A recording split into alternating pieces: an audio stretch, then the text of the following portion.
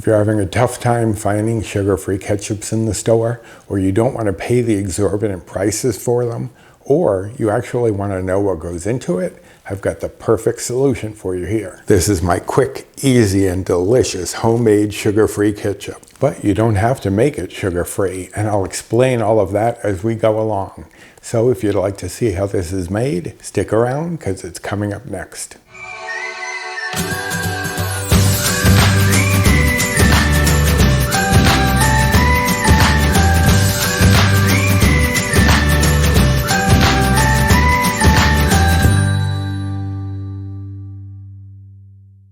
Hello and welcome to my journey. My name is Roy. I'm a home cook and amateur baker, and I am here on this channel sharing recipes to help me on a weight loss journey and hopefully you as well. Now today's recipe, I'm going to be showing you how to make a homemade ketchup. Now I'm doing sugar-free, you don't have to, and I will explain the difference in the bites and points later on. But considering the price of some of these ketchups, I've seen them for like $5. This is going to cost less than half that. And you're gonna know exactly what's in it, and it's gonna taste delicious. There's also going to be in the recipe, if you wanna make a big batch and can it, I will give you instructions for that, as well as a barbecue flavored ketchup.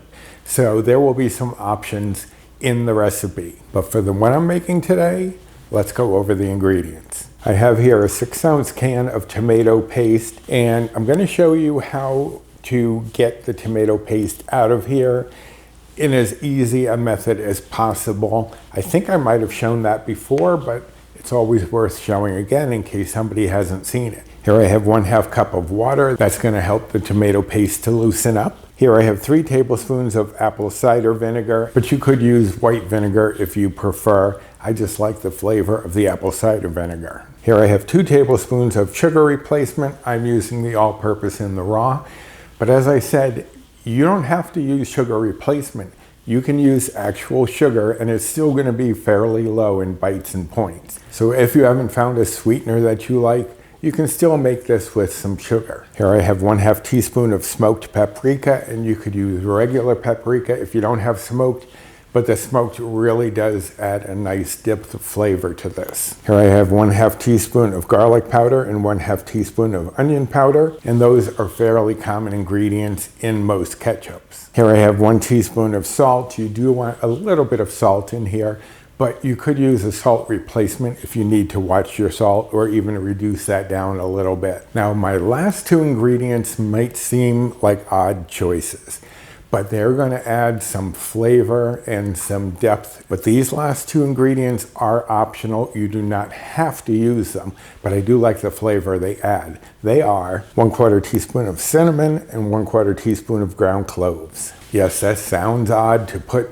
spices like cinnamon and clove into the ketchup, but believe me, it adds a nice flavor. All right, so that's it, 10 ingredients that we are very quickly going to turn into some delicious homemade ketchup.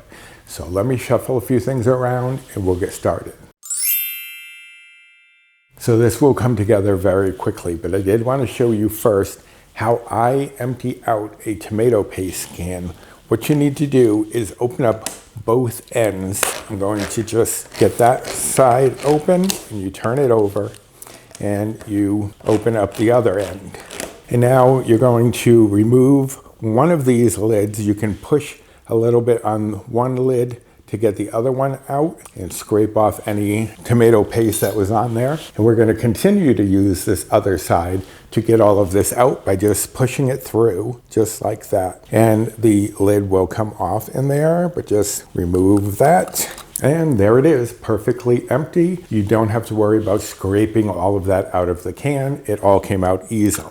Now to this, we're going to add all of the other ingredients. Water, vinegar, sugar replacement, salt, paprika, garlic powder, onion powder, cinnamon, and clove, and whisk this all together. Push that paste down into the liquid and gently, so you don't splash yourself, get that incorporated. While I'm doing that, I'm going to turn on my stove top and put it over medium-high heat for now. We are going to turn that down once it gets very bubbly.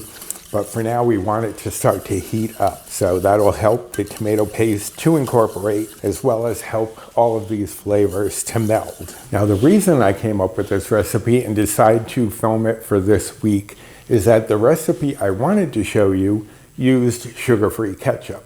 I was looking for alternatives that you could use if you didn't have or want to buy sugar-free ketchup. But then I thought, why not just make my own sugar-free ketchup? And I am not going to ever go back to buying the bottles again. This is my go-to from now on. But just get that whisked up, get everything incorporated, and then we're going to wait for this to start to bubble. It should take just a couple of minutes.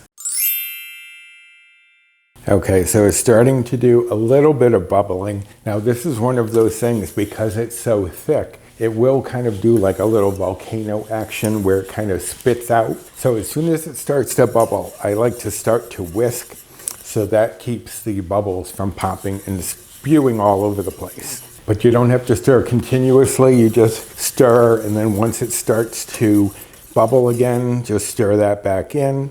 You're just trying to keep it mellowed out until you can get it all heated through.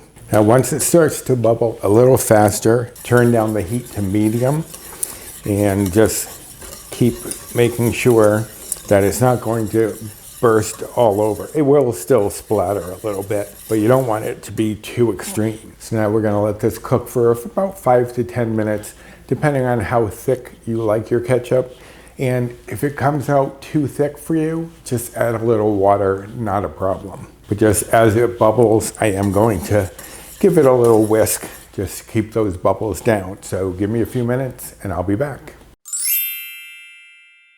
Okay, so it's been about 8 minutes and this looks good to me. It will thicken up a little bit as it cools. So if it's not quite where you want it just slightly under where you would really want it. But that looks good to me. Now, I didn't whisk every time I saw bubbles. What I would do is when I saw one starting to form, I would just kind of pop it so it wouldn't splatter too much and then whisk it in. But for now, turning off the heat, and that's all there is to it. So now I'm just going to transfer this into a bowl, and this will make about a cup of ketchup. And the typical serving for ketchup is a tablespoon, so this will make 16 servings. Now you can play around with this a little bit. As I said, instead of sugar replacement, you can use sugar. If you wanted, you could use brown sugar or brown sugar replacement. That would add another depth of flavor to this.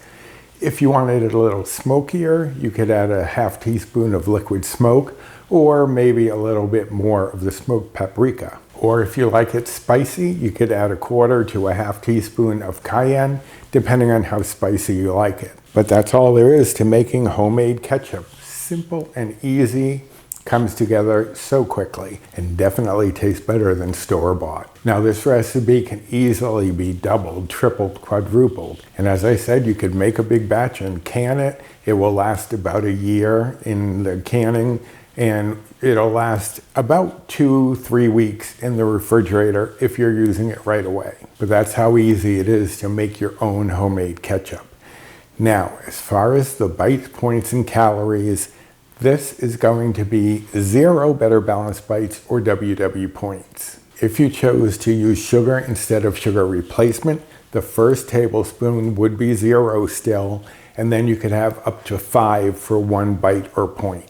So still not bad even if you wanted to use regular sugar. Now, if you were following calories, the calories for 1 serving would be 10. And if you were following macros, the fat is 0.1 grams. Protein is 0.5 grams. Carbs are 3.6 grams. Fiber is 0.5 grams. And sugars are 1.3 grams for 1 tablespoon of this ketchup. Now, if you enjoyed this recipe and this video, I'd appreciate you doing the usual: like, subscribe, comment, share, and hit that notification bell for the next time I upload any sort of video.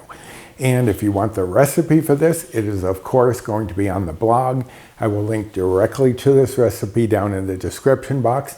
There's also a link down there to the blog itself if you're looking for any of my recipes. And speaking of my recipes, there's also a link for my cookbook down there if you'd like to purchase that. There's also a link to my Amazon storefront. If I've used anything that you're interested in, it could be there. There's also links to my Fourth Wall and Zazzle stores and my social media if you'd like to follow me over there. So check out that description box for all sorts of information. Okay, I'm going to let this cool down to room temperature before I add it to the fridge. And I can't wait to give this a try on a burger, or maybe in that recipe I was telling you about. But that one you'll get next week.